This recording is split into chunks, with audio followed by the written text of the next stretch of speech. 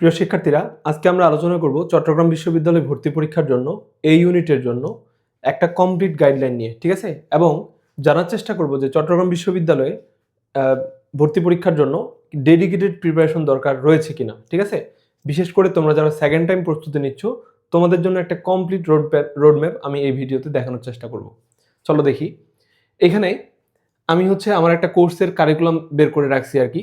এই কারিকুলামটা হচ্ছে চট্টগ্রাম বিশ্ববিদ্যালয়ে ভর্তি পরীক্ষার জন্য তোমার কি কি পড়তে হবে তা তোমরা এখানে জানতে পারবা। তো আমি আমার সুবিধার জন্য এটা বের করছি আর কি। তো এখানে দেখো, প্রথমে তোমাদের কি পড়তে হবে চট্টগ্রাম বিশ্ববিদ্যালয়ের জন্য, সালভিত্তিক প্রশ্ন ব্যাংক সলভ করতে হবে। সেটা কত থেকে?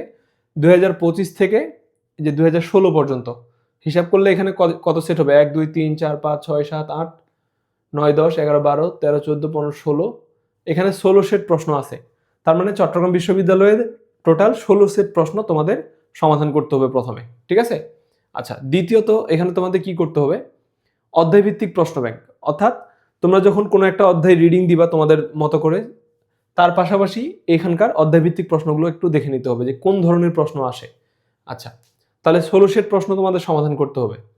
এরপরে তোমাদের যেটা করতে হবে সেটা হচ্ছে যে জীববিজ্ঞান, এখানে মেডিকেল ও ডেন্টাল দেখতে পাচ্ছ।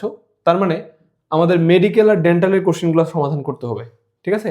সেটা হচ্ছে 2010 সাল থেকে শুরু করে 2025 সাল এই পর্যন্ত এই সকল তোমাদের মেডিকেল আর ডেন্টালের প্রশ্ন এখানে সমাধান করতে হবে, কারণ এখান থেকে প্রশ্ন হুবহু রিপিট আসে। আচ্ছা, তারপরে কি করতে হবে তোমাদের? এরপরে একটু যদি নিচের দিকে যায়, এই যে বোর্ডের কোশ্চেন ব্যাংক 2015 সাল থেকে 2026 সাল পর্যন্ত যত বোর্ডের প্রশ্ন আসছে ভর্তি পরীক্ষা, এই প্রশ্নগুলো হুবহু এখানে তুলে দেয়। এই জন্য আমাদের কি করতে হবে? এখানে বোর্ডের প্রশ্নগুলো তুলতে হবে, মানে সমাধান করতে হবে। এক একটা অধ্যায়ে 200-300 করে বোর্ডের প্রশ্ন আছে, তো তোমাদের এই সবগুলো প্রশ্ন সমাধান করতে হবে। এরপরে তোমরা যারা সেকেন্ড টাইম প্রস্তুতি নিচ্ছ, তোমাদের তো মার্কস কাটে নিবে, তাহলে তোমাদের একটু অ্যাডভান্স প্রিপারেশন নিয়ে একটু অ্যাডভান্স কোশ্চেন সলভ করতে পারতে হবে। এখানে আমাদের বুয়েটের কোশ্চেন, বিশেষ করে বুয়েট, তারপর সিকিউরিটির কোশ্চেন এখানে তুলে দেয়। তাহলে এই কোশ্চেনগুলো তোমাদের হুবহু কমন পাওয়ার জন্য আগে থেকেই পড়ে রাখতে হবে। এটা যদি তোমাদের আগে থেকে পড়া না থাকে, পরীক্ষা হলে তোমরা এই কোশ্চেনগুলো অ্যান্সার করতে পারবে না, ছাড়ে দিয়ে আসতে হবে। কারণ তোমাদের তো এমনি মার্কস কাটা যাবে, তারপরে যদি আবার কোশ্চেন ছাড়ে আসো তাহলে তো হবে না। তোমাদের একটু এক্সট্রা করে এই বুয়েটের এবং সিকিউরিটির কোশ্চেন সলভ করতে হবে। তাহলে দেখো, এই ছিল এখানকার টোটাল আলোচনা। তারপর ফিজিক্সের জন্য এখানে তপন স্যার, ইসাহাক স্যারের অনুসরণের প্রশ্ন সমাধান করতে হবে। তাহলে পুরো জিনিসটা একটা সামারি তো তোমরা এখানে দেখলা কি কি পড়তে হবে। এখন তোমরা চিন্তা করো, এতগুলা জিনিস আবার কি ফুল সিলেবাস। তোমরা যারা এবার সেকেন্ড টাইম প্রস্তুতি নিবা, তোমাদের কিন্তু এর আগে হাফ সিলেবাস পড়া হয়েছে, ঠিক আছে? তো ফুল সিলেবাসের যে অধ্যায়গুলো, এগুলো তোমাদের আগে সমাধান করতে হবে।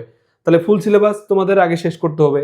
তারপরে এই যে এতগুলা টপিকের কথা বললাম, এখান থেকে প্রশ্নগুলো সমাধান করতে হবে, বারবার তোমাদের পরীক্ষা দিতে হবে। তো এই পুরো জিনিসটা করার জন্য তোমাদের কিন্তু সময়ের প্রয়োজন, ঠিক আছে? এবং ডেডিকেটেডলি এইটা টার্গেট করে তোমাদের পড়াশোনা করতে হবে।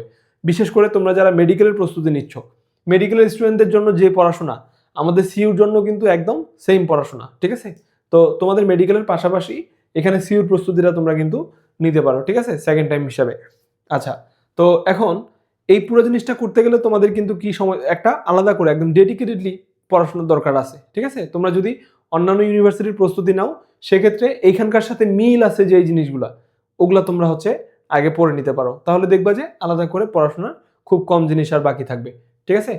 তো এখানে আমি তোমাদের এই ভিডিওটাতে মূলত এই জিনিসটাই জানানোর চেষ্টা করলাম যে তোমাদের সিইউর জন্য কি কি পড়তে হবে। আমি একটা সামারি দিয়ে দিচ্ছি আবার। 1 নাম্বার সিইউর কোশ্চেন ব্যাংক সলভ করতে হবে, ঠিক আছে? 2 নাম্বার বোর্ডের কোশ্চেন ব্যাংক সলভ করতে হবে। এখানে অনেক কোশ্চেন আছে, অনেক, প্রায় 30,000-এর মতো প্রশ্ন আছে, এগুলো তোমাদের সমাধান করতে সময় লাগবে। 3 নাম্বার কাজ কি, তোমাদের মেডিকেল এবং ডেন্টালের কোশ্চেন সলভ করতে হবে, ঠিক আছে? 4 নাম্বার কি, 4 নাম্বার তোমাদের বুয়েট মানে ইঞ্জিনিয়ারিং কোশ্চেন আর কি। ইঞ্জিনিয়ারিং এইটা আগে খুব একটা হইতো না, ঠিক আছে? বাট ইদানিং ইঞ্জিনিয়ারিং থেকে অনেক প্রশ্ন তুলে দিচ্ছে। যেমন গত বছর যে পরীক্ষাটা হয়েছে, সেখান থেকে তোমার ম্যাক্সিমাম প্রশ্ন এরকম ইঞ্জিনিয়ারিং থেকে তুলে দিছে। এই জন্য এই বাকি সোর্সগুলো থেকে কিন্তু এবার কম রিপিট আসছিল। বাট আগের যে পরীক্ষাগুলো হইতো সেখানে আবার এখান থেকে বেশি প্রশ্ন রিপিট আসতো। এই জন্য তোমাদের বেলায় কি হবে এটা তো বলে দেওয়া যাবে না আগে থেকে। তোমাদের কি করতে হবে? পুরো প্রস্তুতিটাই নিয়ে রাখতে হবে, ইঞ্জিনিয়ারিং এর কোশ্চেন ব্যাংক সলভ করতে হবে, ঠিক আছে? তো এখন দেখো, যারা সেকেন্ড টাইম প্রস্তুতি নিবা শুধু ভার্সিটির, তাদের জন্য যে প্রিপারেশন, যারা মেডিকেলের প্রিপারেশন নিচ্ছ তাদের জন্য এটা আরো বেটার। তোমাদের মেডিকেলের প্রস্তুতির জন্য এই মেডিকেল ডেন্টালের প্রশ্ন সমাধান করতেই হবে। এখান থেকে 20টা 30টা করে প্রশ্ন হুবহু মেডিকেল ডেন্টালের প্রিভিয়াস ইয়ারের কোশ্চেন মেডিকেলের রিপিট আসে। বোর্ডের কোশ্চেন থেকে তো আরো বেশি কোশ্চেন রিপিট আসে। তারপর সিউর কোশ্চেন ব্যাংকটা হয়তো তোমাদের এখানে মেডিকেলের জন্য লাগতো না, বাট এই দুইটা কিন্তু তোমাদের কমন পড়াশোনা, তাহলে এক্সট্রা করে তোমাদের এই দুইটা জিনিস পড়ে নিলেই কিন্তু সিওর প্রিপারেশন হয়ে যায়। ঠিক আছে, তো তোমরা যারা হচ্ছে এই সেকেন্ড টাইম প্রস্তুতি নিতে যাচ্ছ সিওর জন্য, এখানে আমি একটা ডেডিকেটেড কোর্স লঞ্চ করছি। এই কোর্সটাতে হচ্ছে তোমরা যদি জয়েন করো, একদম তোমাদের যা যা দরকার এখানে সিকোয়েন্স অনুযায়ী এক্সাম ব্যাচ আকারে দেওয়া আছে, পাশাপাশি এখানে আমি কোশ্চেন ব্যাংকের সলভিং ক্লাসগুলো দিয়ে দিব। পুরো জিনিসটাতে তোমরা একটা কমপ্লিট প্যাকেজ পাবা, একদম ভর্তি পরীক্ষা পর্যন্ত সাপোর্ট পাবা। ঠিক আছে, তোমরা চাইলে এই কোর্সটাতে জয়েন হতে পারো।